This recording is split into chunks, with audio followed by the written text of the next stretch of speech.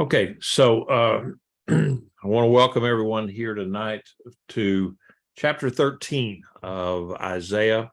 And my name is Steve Sheik. I'm the rabbi, chief bottle washer, and congregation leader at Tree of Life, Messianic congregation in Katy, Texas. And so tonight, I'm going to scroll through these our standard screens because you've seen them all, and you can refer back to them for as far as what dates and so forth. And I'll be throwing some dates at you tonight too. So we're still about the same place here in terms of where we are in the timeline that Isaiah is prophesying. And you'll see here that we're still in the reign of Ahaz, and then Hezekiah has not yet really come to the throne yet. So, okay. Now I'm going to go ahead and mute everybody, and if you have any questions or comments or something, you can unmute yourself. Come on here. Okay, there you go. All right, so go ahead. Before we begin, is there anyone that has a comment or question before we start out tonight? All right. So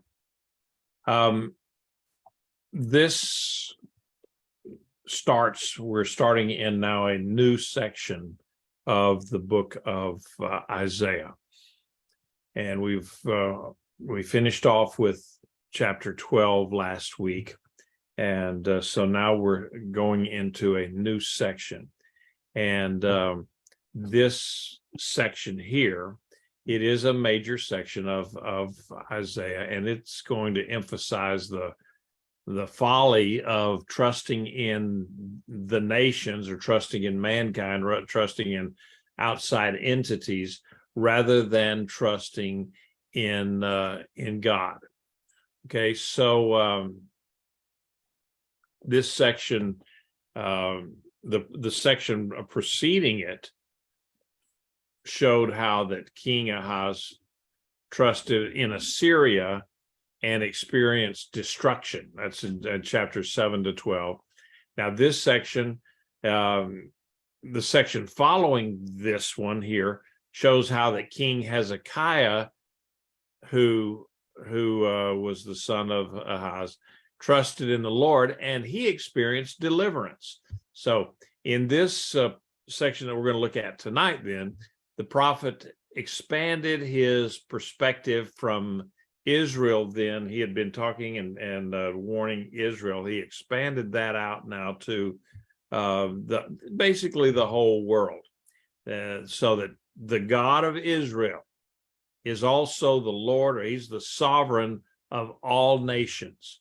And so the whole book, the whole section of this book expands the idea that all the kingdoms of the world will become the kingdom of God and his Messiah, Yeshua. All right. And so this second section here of the book's first main unit presents, and that's the first main unit is from 1 to 39, chapters 1 to 39. It presents a series of judgment oracles or judgments against the various nations. We're going to start off with Babylon.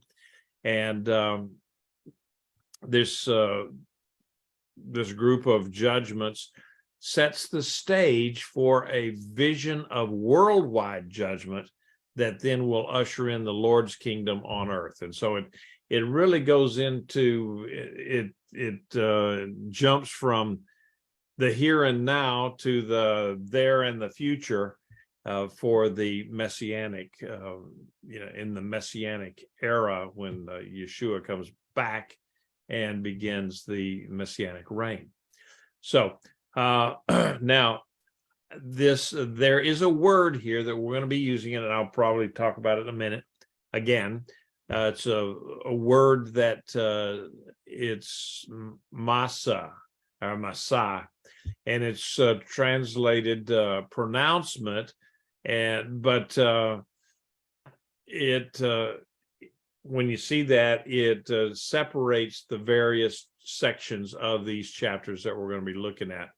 And so there are announcements of doom on these nations, but there's also an announcement of salvation or freedom for Israel, and if she would just trust in God. So Isaiah probably delivered these messages to the Israelites rather than to the nations mentioned. Okay, that he didn't have the opportunity to, get on the internet and put this out to everyone, and so it was just mostly to his own people, the Jews, and so I put together from a book that I have here someplace a chart that will kind of summarize the various sections of this chapter, of this chapter and this actual section, and you'll see that the first two here are Babylon. We're going to look at Babylon tonight. I was going to do 14, but I thought, shoot, I'll never get through it by the time we get through all of this. And I don't want you to be like my Saturday afternoon Torah Club class where we frequently never get past page 1. So, but you'll see here that we're looking at Babylon being the first one that Isaiah is going to speak of, and that they're going to be under judgment, and that goes on for the 2 chapters. So going down now, so we see that those the first of these 2 columns begin with Babylon, and the 4th section of each of these columns deals with Israel. You can look back at that. Here and here and here, these deal with Israel and the people that are right around Israel. And so you've got Babylon to Israel's north, Philistia to the west, Moab to the east, and Egypt to the south. And so in the 2nd column, Babylon is to the north, Edom is to the south, Arabia is to the east, and Tyre is to the west. And so the selection of the nations in this literary structure suggests that Israel occupies the central place in God's plans, and the surrounding nations then are vulnerable. I often get asked especially when I'm teaching on things like Revelation or end time prophecies, and any kind of eschatological studies that I teach from time to time. People here will ask me, says, "Well, what does it say about the United States? Where's the United States in Bible prophecy?" And so I have to let people know that the United States is not mentioned in Bible prophecy as such. It nowhere in there does it say anything about Washington, D.C. or anything like that.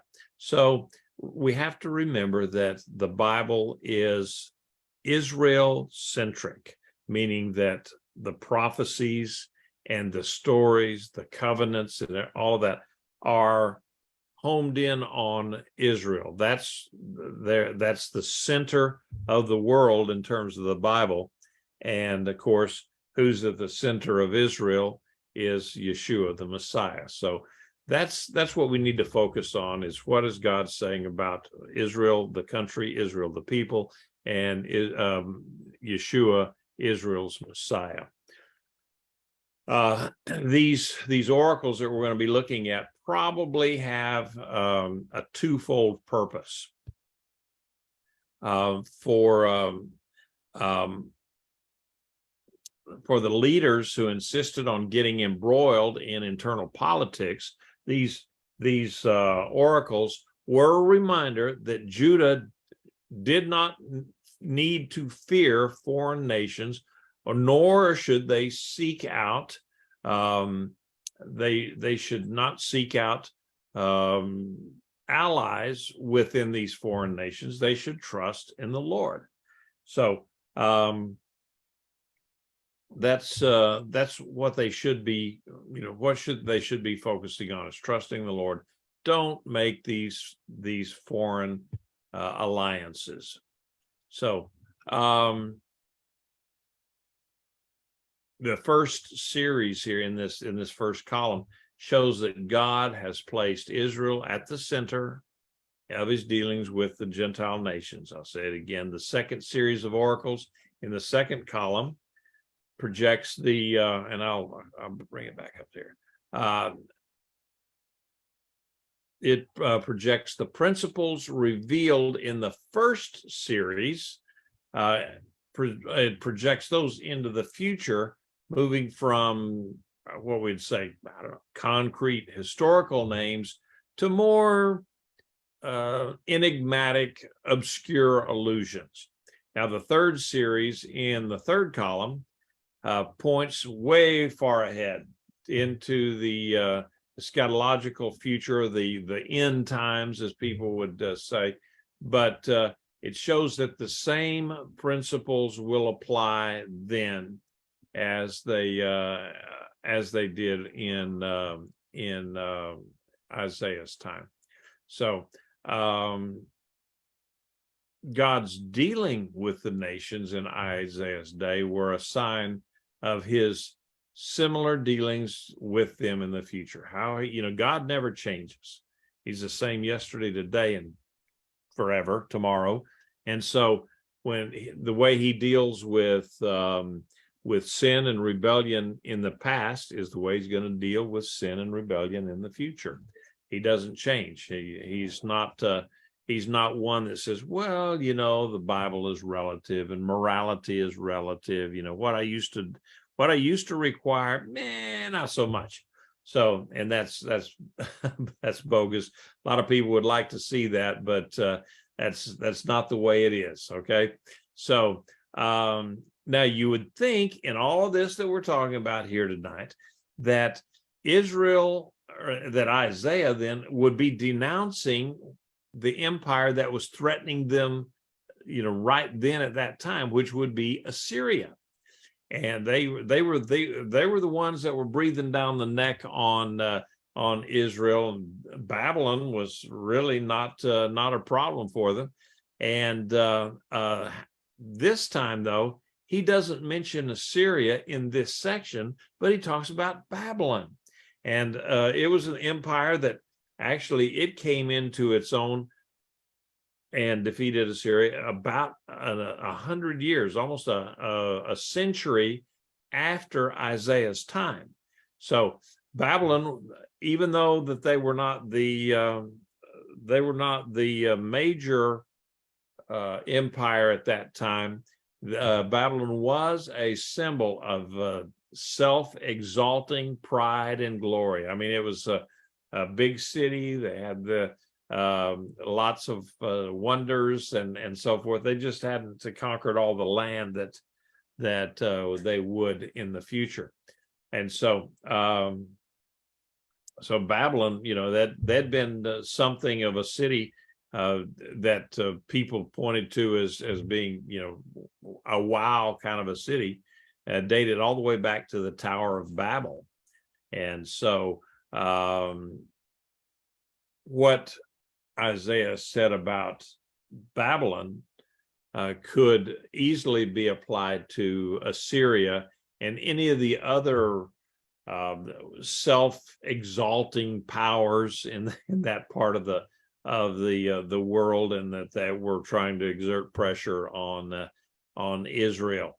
And so really and truly, you could almost say that Israel was not exempt from that, because they had their own arrogant rulers and proud people, and how they mistreated their own folks. And so what God was saying against these other nations, he could have said the same thing to Israel and about Israel, and not really been wrong there.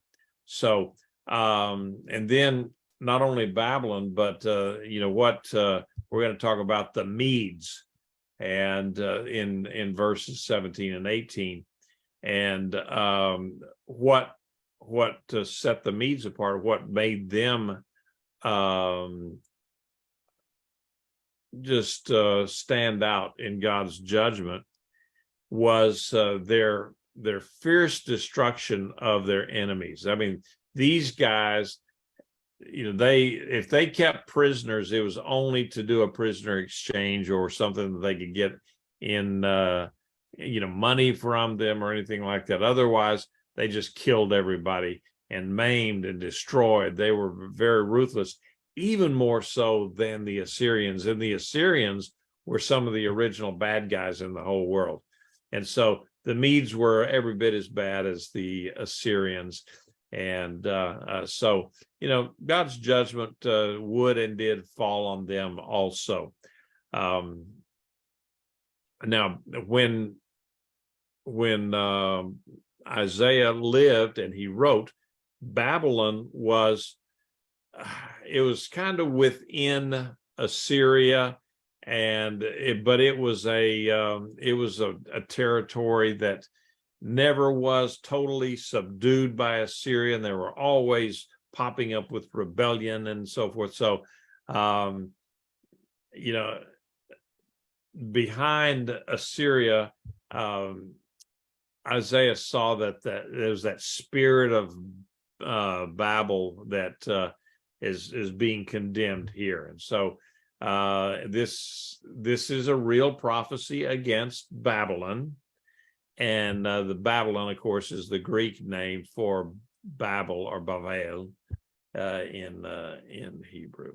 All right. There's a structure here, and we've used it. We've seen it before in some of the other studies. It's called a chiastic structure, or a chiasm, and it basically, what you have here is you state something, and then related to it but not the same, you have a second premise here, if you're watching my cursor, and then finally you get to a maybe a conclusion or a major event, and then as you go on, you get back to a portion that is related to this.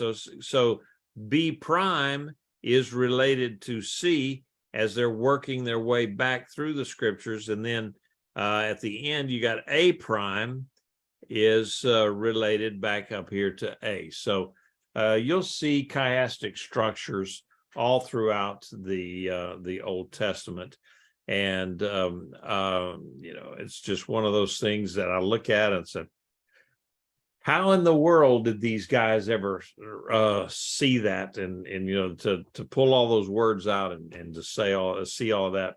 Whew, it just it's more than I could ever look at. So sometimes all this stuff as a picture, you can't really get it. It lacks depth, and prophecy a lot of times, I mean many times, doesn't have a dimension of time where the prophet says on January the 3rd of the 650 BCE, we're going to see that that Nebuchadnezzar is going to do this, and or whatever king. No, it doesn't say that. It doesn't give a time in most cases. It doesn't give a time frame. Now in Isaiah, he talks about the sons, or the child, and he calls it, And he said, before that child is able to say mama and papa, that that certain things were going to happen. And then certainly before he becomes of majority age, then he said at that point, then Israel, the northern tribes, would fall. And indeed they did. In 722, they fell to the Assyrians. So a lot of times we just don't have the hard and fast dates. Most of the time you don't have that. So so a student may find a prophecy that would have all of the the markings, the external marks of just of literary unity, but it's referring to something that's it's referring to something in the near future that's connected with the history and things that are going on right then. So it could be like a short-term prophecy that they could see and they could know that what was going on.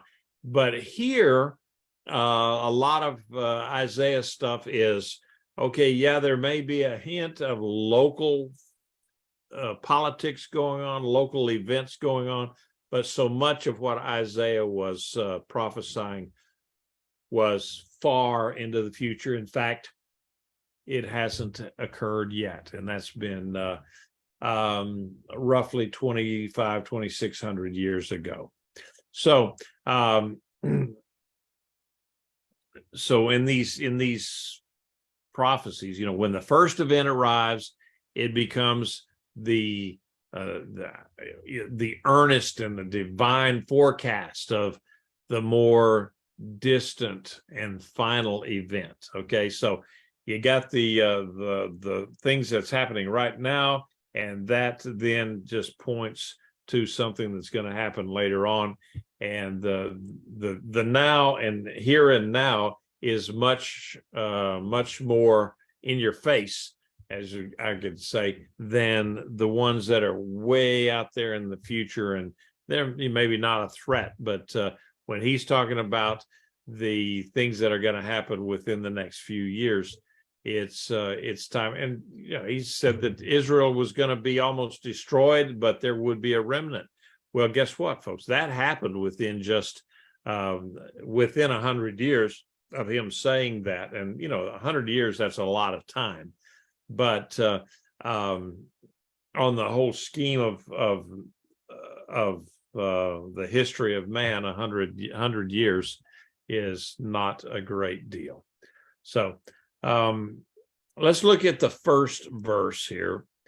And this is the burden of Babylon, which Isaiah the son of Amoz saw. All right, now the precise meaning of the word Messiah is not clear. Okay, and where did that word come from? It's the word burden. You'll see it there as burden, and it's been translated variously as burden, cargo, load, pronouncement, or a proclamation of announcement, or it could be like an oracle, a word from God, devar in Hebrew.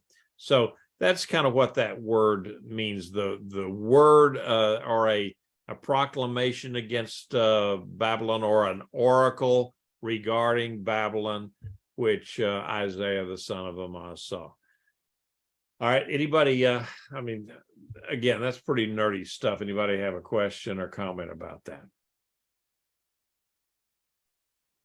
Okay, so a general title for chapters 13 to 23, and in particular, the oracle against Babylon, it opens up chapter 13, and it's an oracle or a burden. It's a message from God. Babylon was at this time, it was already a very ancient city at that time. Remember, that's where the Tower of Babel was. And it would later become an empire. and it had been in the past the historical source for or the historical arrogant example of arrogant self-sufficiency. If you read about, you can read about that in Genesis 11. Okay, Jonathan, you had a question or comment? Can you hear me? Yes, I can. I didn't really have a question, but more of like a statement as far as we as followers of Christ and of course God, that instead Mhm. of worrying about when He's coming, we should focus more on being good followers of God and Christ, and just focus on what we should be doing on the here and now instead of when, because even Christ Himself said um, he wasn't sure when that time was going Yep, to be. exactly right.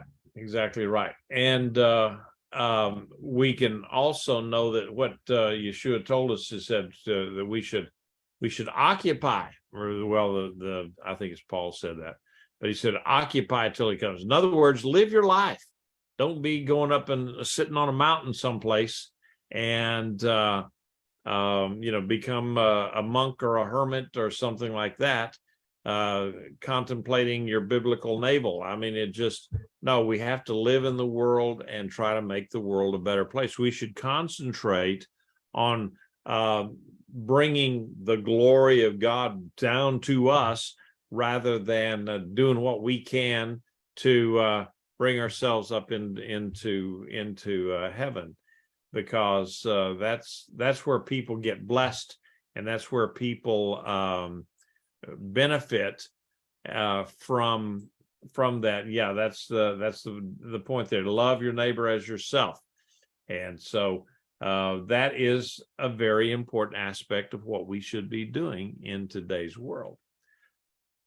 Okay, that was a good comment, Jonathan. Anything else? I'll hit the lower hand thing for you.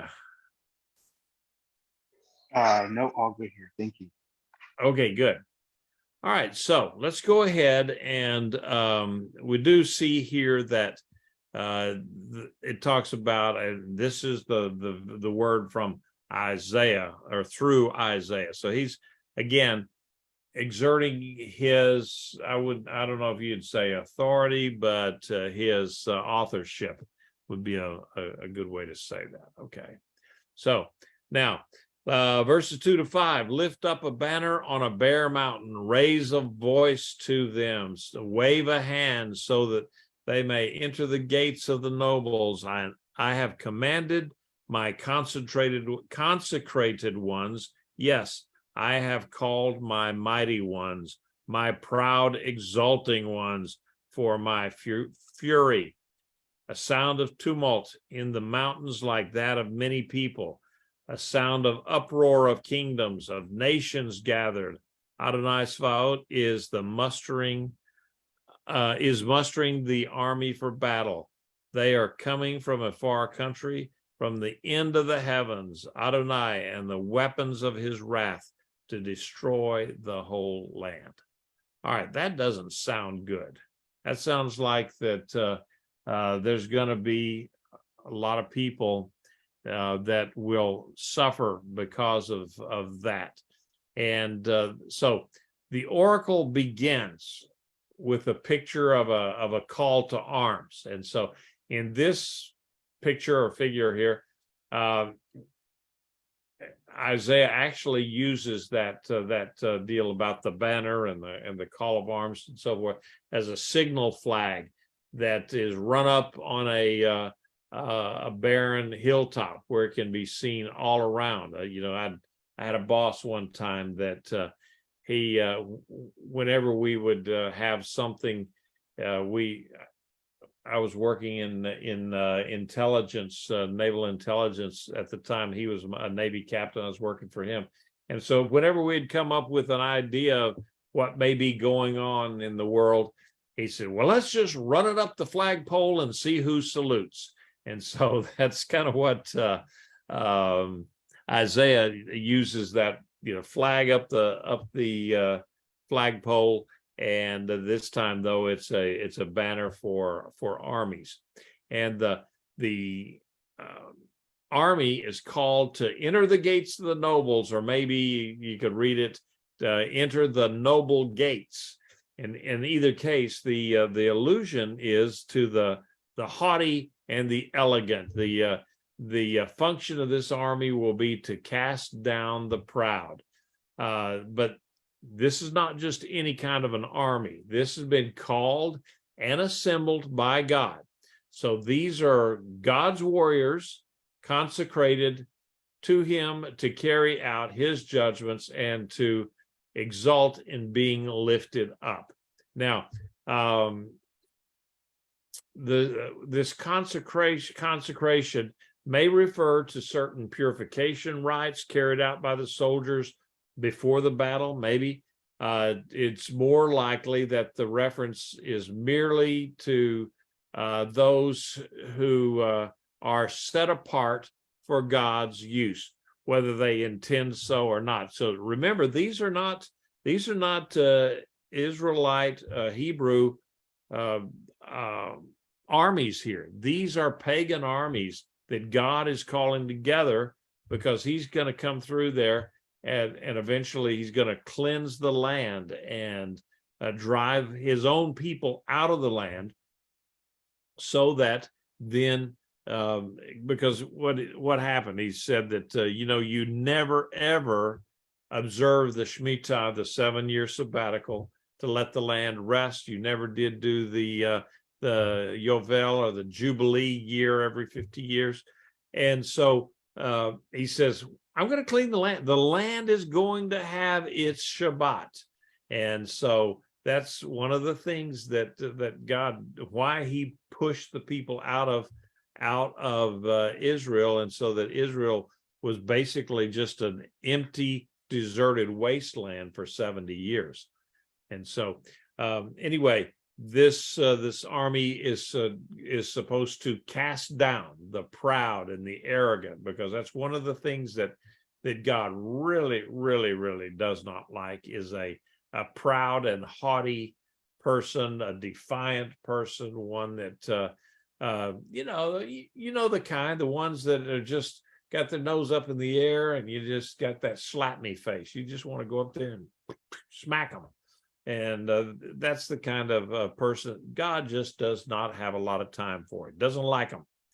And so, and especially if they are rulers that he put in place and they are not taking care of his people.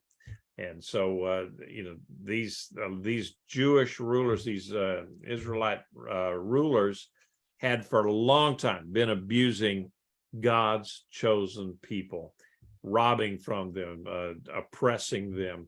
And so, I mean, they had it rough under foreign dictators, but they also had it rough under their own kings, because their kings just didn't take care of them. So,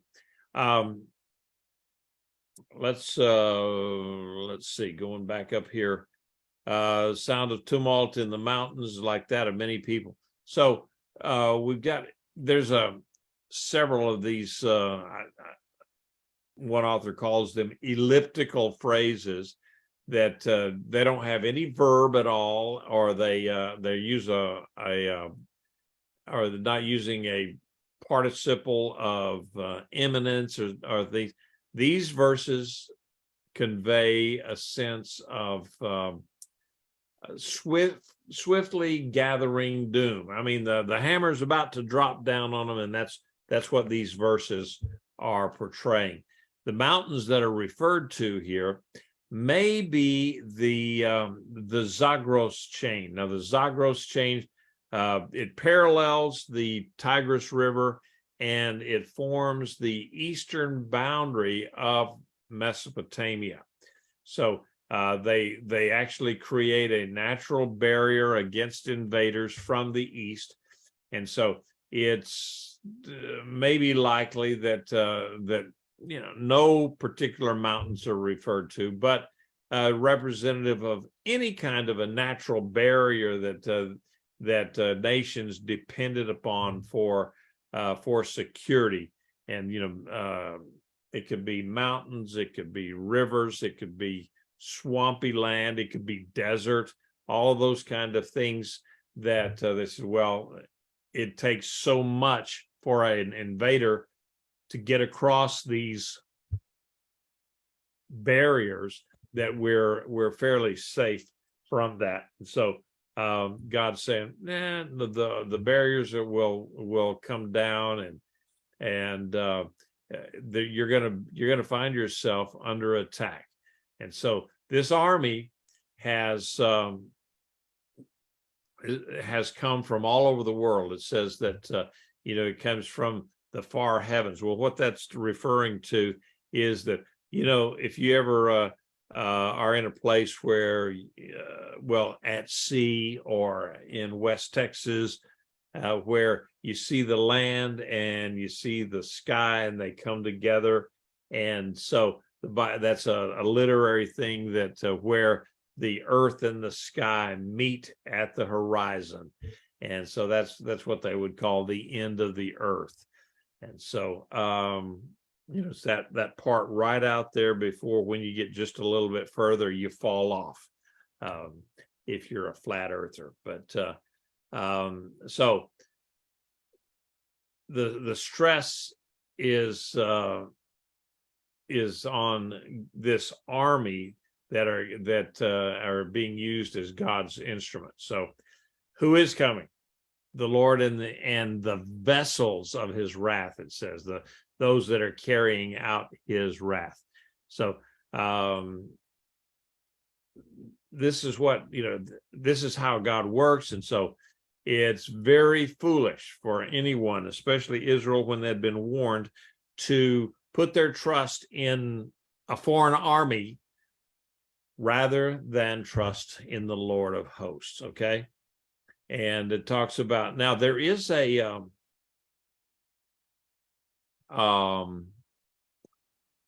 word here that I wanted to bring up to you, that we're coming up here now. Let's see.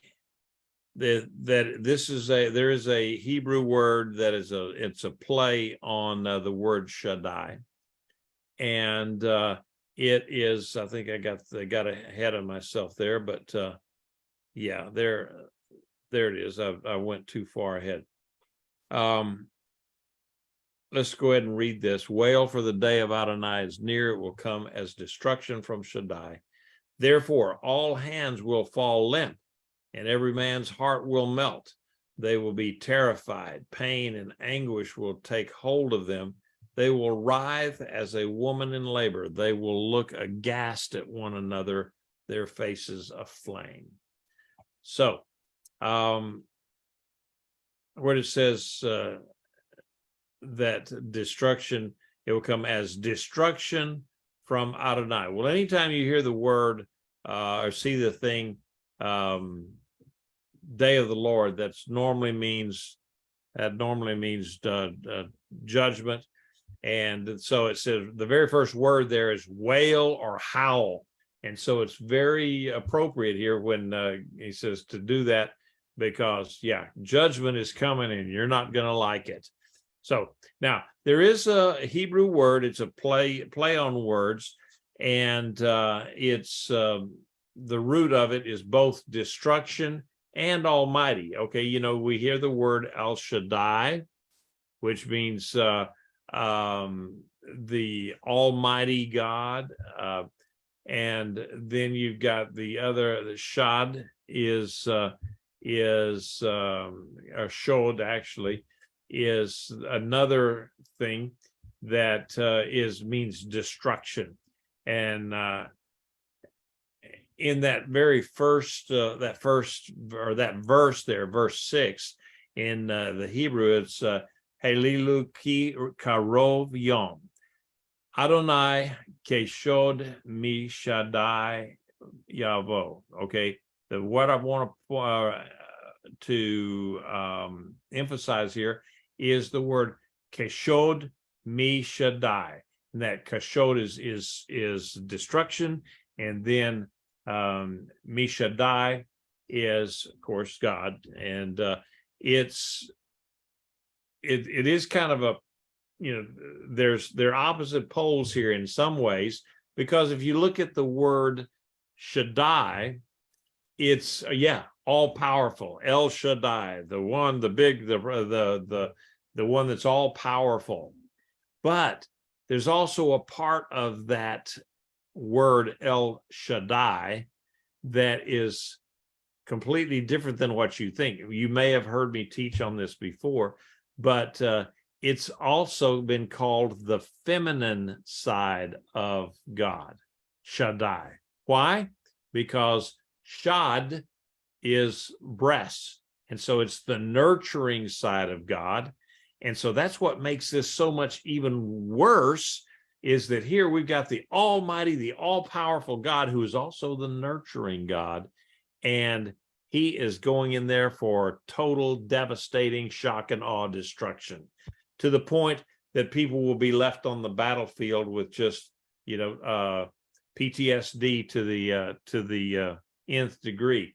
They look at and they can't fathom what has happened to them, and it just doesn't compute that they have been so soundly beaten. So anyway, what this says is that this destruction, this blow to Israel, would be one that only God could have delivered it. There's no power on earth could come in there and wreak the devastation that is coming without God's approval, without his hand in it. Okay, comments or questions?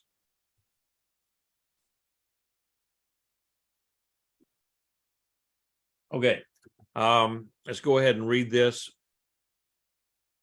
Behold, the day of Adonai comes, cruel, full of wrath and fierce fury, to make the earth a desolation and destroy its sinners from it. For the stars of heaven and their constellations will not give their light. The rising sun will be darkened, and the moon will not give its light. I will punish the world for evil and the wicked for their iniquity. I will put an end to the arrogance of the proud and abase the insolence of tyrants. I will make people scarcer than gold, even than the pure gold of Ophir. Therefore, I will make heaven tremble, and the earth will shake from its place at the wrath of Adonai Svaot in the day of his fierce fury. Of course, Adonai Svaot is the Lord of hosts. Okay, so what do we got here? These verses here, 9 through 13, they just amplify this universal nature of God's judgment. And once again, it's the pride of humanity which provokes the disaster. God does not like a proud and haughty person. So even nature is caught up in these catastrophic events. And so the attempt by human beings to be independent has created shock waves, which ultimately reach to the farthest constellations. Now, I don't know how that happens. If I was a climate change kind of guy, I would say, yeah, because man is so arrogant and full of himself that we're destroying the environment. Well, I don't think we're that powerful. God could destroy the environment, but man is just not that powerful, no matter how arrogant and prideful we are. So it's something that I don't understand at all, but the immediate result of this lust for pomp and power and pomp and circumstance, is devastating depopulation. Now, could this happen? There was a terrible death toll in World War I, when virtually an entire generation of European men was wiped out, and the the frightening prospect of a nuclear war then would, after World War II, then would also have the consequences, and people would just, they were afraid of it. They built bomb shelters, and they did all sorts of things because we might have a nuclear bomb. Well, nowadays it's called, well, we may have EMP, which is electromagnetic pulse or something that they blow it up over the United States, and it'll knock out all of our electronics, all of our grid and electricity, and we'll be going back to the Stone Age. And so the Cold War was a long drawn out thing. But at the same time, World War II, if you look at what Stalin did to his own population, what Mao Zedong did to his population, I mean, that made the Germans look like pikers in terms of genocide. I think, well, let's see. I think Stalin killed something like 20 to 30 million of his own people, and the same with Mao Zedong, that he killed maybe even more than that. Well, Pol Pot has killed several million people, and so these guys. It can happen with massive population destruction, and we've seen in the last couple of years this with the Chinese flu that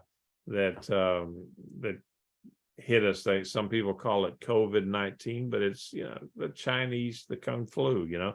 That they're still working on something to put out there that will devastate the population, and it could very well happen that they could put it out there so that it has really not much of a chance of a vaccination or something that would stop it. I think this was kind of a warm up for whoever is doing, Bill Gates and his folks, to devastate the population. But I'm just saying that to say that this kind of stuff can happen, and that when you look at it, that the Bible is not too far outside the realm of hyperbole in this case. You'd think, how could that ever happen? And I used to be one of those kind of guys that said, how could this happen? We can't kill a third of the people in the earth in just like one sweep of the hand. Well, yes, they could. I mean, it's in some cases it's going to be called, maybe it'll be called a man-made plague, and it'll happen. So anyway, the pride and arrogance is what God is trying to stamp out. And one of the things there, it talks about that how the sun and the moon and the stars won't give off their light. Now, how is that going to happen? Well, I don't know how that's going to happen, but God said it, and it's going to happen. And so could it be that the destruction on earth and the wars and so forth would, the smoke level would be so thick that the sun and the stars and the moon won't shine through? Yeah, that's one way of looking at it, but it also could be just God said, okay, turn off the switch for a couple of days, like he did in Egypt. And so, bottom line is on all of this is that God, in verse 13, God is still sovereign. He is the one that's in charge of everything. And so when I get to thinking about all of the foolishness that's going on in this country right now, I have to get back to the idea of saying, look, God is in control. We don't know why things happen, but I preached a funeral on Friday of just a wonderful lady, sister of one of the ladies in our congregation, that she was in Detroit. They're from the Detroit area, and what a blessing she was back in the day with mentoring people and helping them to write poetry and helping them to perform in the performing arts. And she was herself an artist and so forth. And yet 16 years ago, she had a stroke and then she passed away last week. We don't know the answers, why God allows that or how he sets that up for that to happen.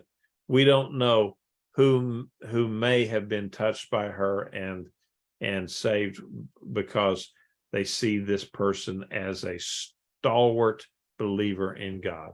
We don't know. It's just a tough thing to try to understand. But I do know that God is in control, and it's just the way things are sometimes. All right.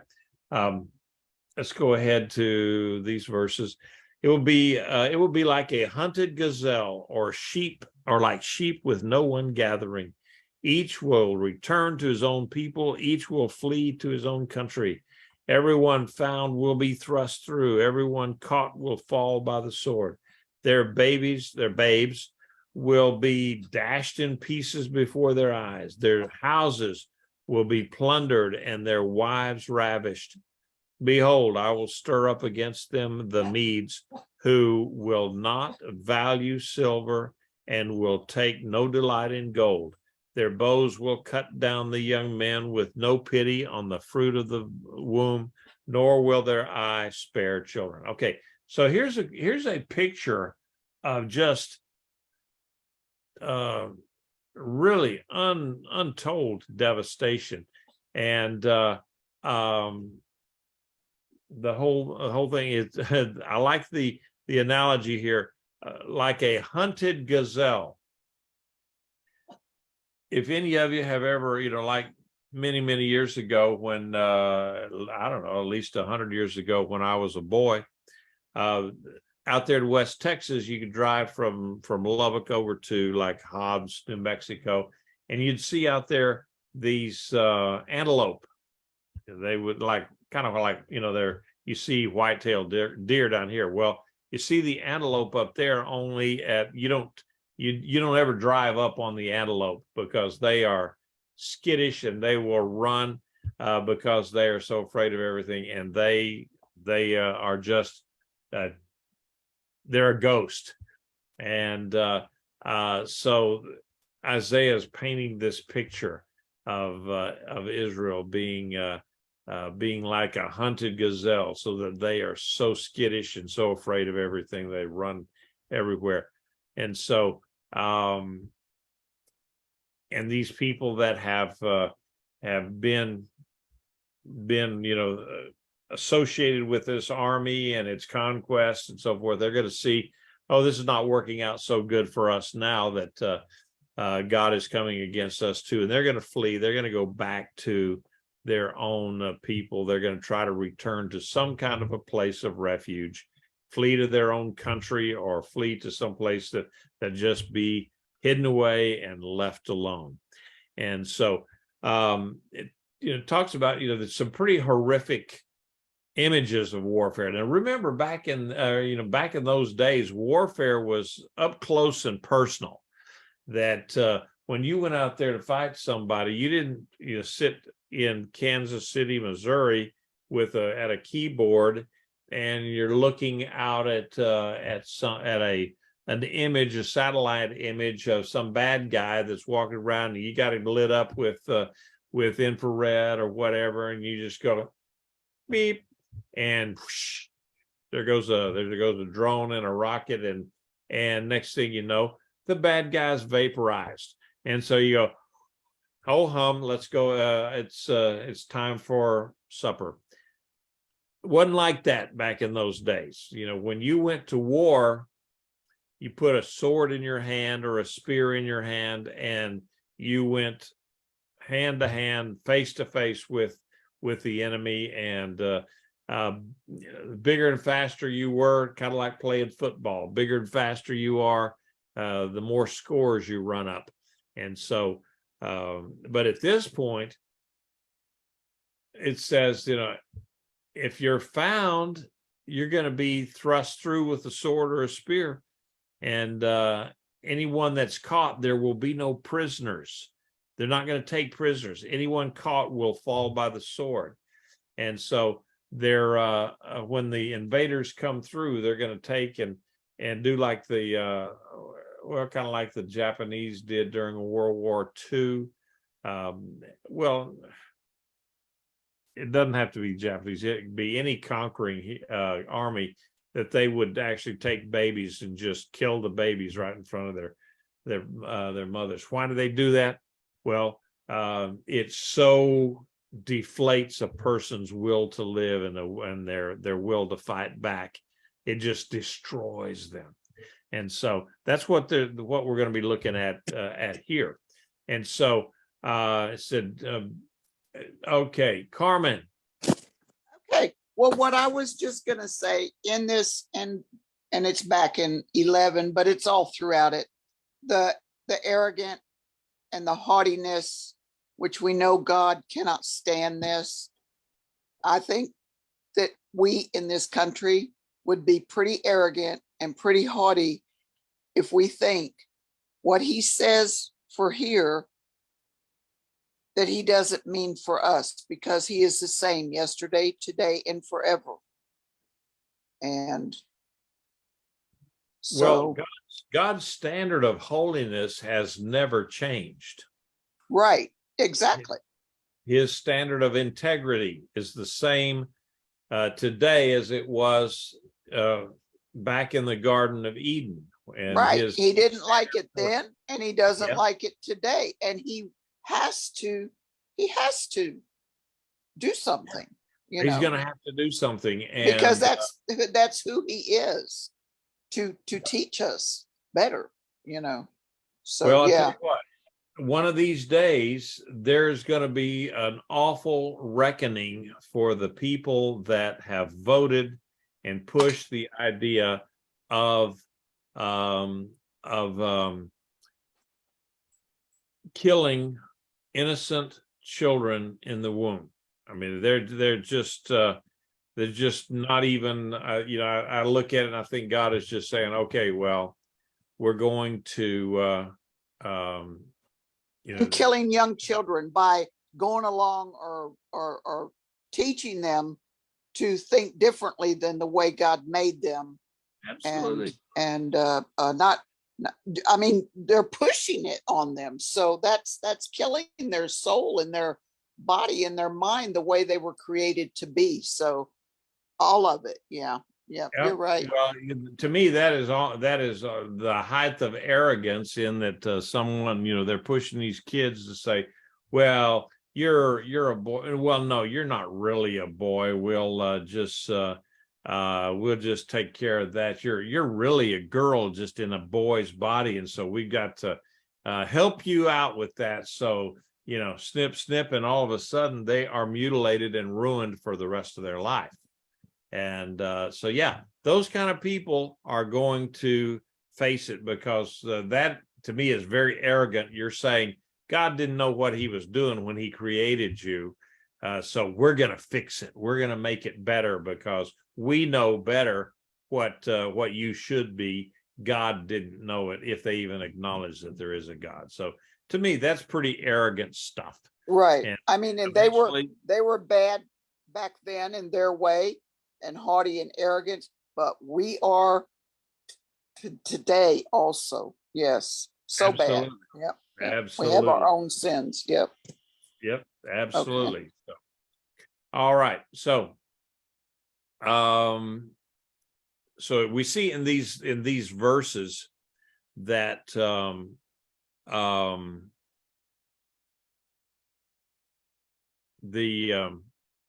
there's a turn toward more, just the present is where Isaiah is more of a, okay, now and today, today's headlines imagery, and the emphasis is on the savagery with which any proud city is going to be thrust down.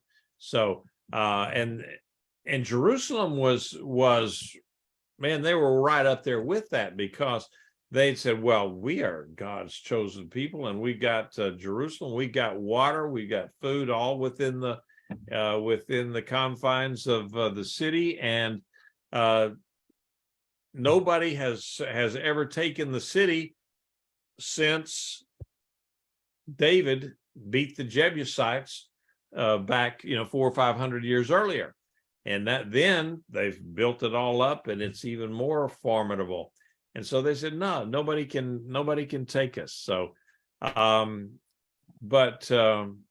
in some cases, I think Americans are afraid, or they're just incapable, unless you've been there and been in battle, been in warfare.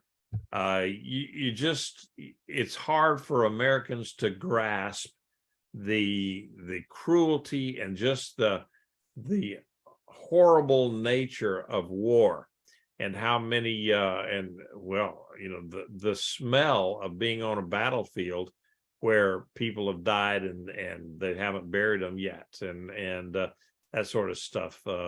It's horrible. It's horrible, and I can say that from firsthand experience, having seen that sort of stuff. And sometimes it's like the other way around, that Americans think, well, we could never be the bad guys in that sort of stuff. But then you have things like, I don't know, most of you are not going to remember, except the older ones of us, a thing called the My Lai massacre during Vietnam. How could American soldiers go in and just annihilate a village? Because they just did. They just did it. They were just evil, and our own people did that. So war is horrible. It's frustrating. It's just horrible, bad. And so I think it was Sherman that said that war is hell, and he did everything that he could to make it so. And there's still people in Georgia that cuss his name, so war is like that. And that's what the Bible is saying this is going to be. It's going to be terrible. It's going to be devastating. And then eventually the Medes are going to ally with Babylon, and they're going to destroy Assyria. And that happened in 609 BCE. And I got a picture of this. Okay, this right here, the yellow here, is where the Assyrians, that was their empire. Okay, now the Medes were right along in here and over here, this whole thing, and actually over into, they eventually took like a lot of this area here. And the Assyrians had said, that, well, they had defeated the Medes, but really and truly, they never took the capital of the Medes. I guess you could call it the empire, but I think in Assyrian writing, as early as like 836 BCE, the Assyrians referred to the Medes as their adversaries. And they talked about how they beat the Medes, but, they never occupied the Median capital of Ecbatana. Very common name, Ecbatana. That was the capital of the Mede nation, empire, territory. And so it was the Medes, along with the Babylonians then, who had always been a thorn in the side of the Assyrians, that finally they took out the Assyrian empire. And then in 539, then the Medes they sided up with the Persian Empire there, and they defeated Babylon in 539. So let's see. I think that, and that's, I just wanted to show you that picture there. Finishing it off. So Babylon, the glory of kingdoms, the beauty of the Chaldean pride shall be just as when God overthrew Sodom and Gomorrah. It will never be inhabited, nor will it be dwelt in from generation to generation, nor will an Arab pitch a tent there, nor will shepherds let flocks lie there, but desert creatures will lie there. The houses will be full of owls, ostriches will dwell there, and goat demons will dance there. Hyenas will howl in their citadels, and jackals in their pleasant palaces. Her time is near to come. Her days will not drag on long. All right, so here Isaiah draws a big contrast. He contrasts the Babylon with the city of Babylon, the empire of Babylon. He contrasts that with what happened to Sodom and Gomorrah. Now, where is Sodom and Gomorrah today? We don't know. We have a general idea of where it might have been. We can just say, yeah, it's someplace over there in the Middle East around the Dead Sea, and that's all we know. So, and where was Babylon? Well, until Saddam Hussein came along and made it his point to try to rebuild some of that stuff. He and others too.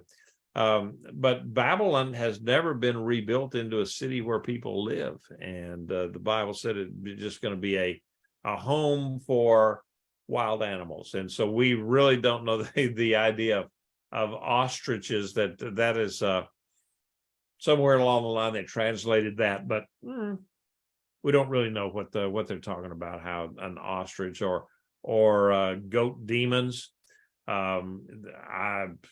I've got a pretty good idea. If you've ever tried to raise goats, I got a pretty good idea of what goat demons are. But in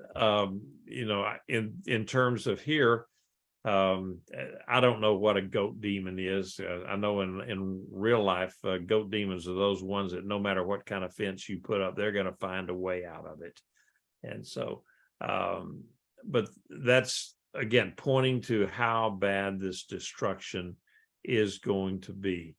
And it's going to be permanent, and it's not going to be fit for anything else other than it's just desert out there. So, all right. So this, and also they talk about the lack of human population. Well, I've already talked about that, how that could be very well be something that could happen to us all.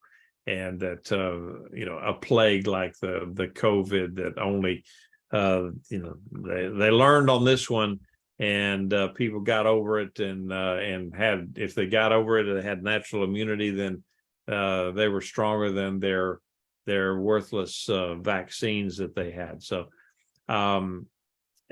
we just kind of have to remember that, okay, God can use if he used an army to come in and punish Israel or to discipline them, he could use a lab in China or wherever else in the world to concoct something that is so deadly that it could really devastate a major portion of the human population. So don't think that it's too far-fetched, but eventually, though, God is going to turn things around. Israel will be blessed. They will be coming back into the land, and then we'll set up the millennial kingdom, and so Israel will not ever have to fear again.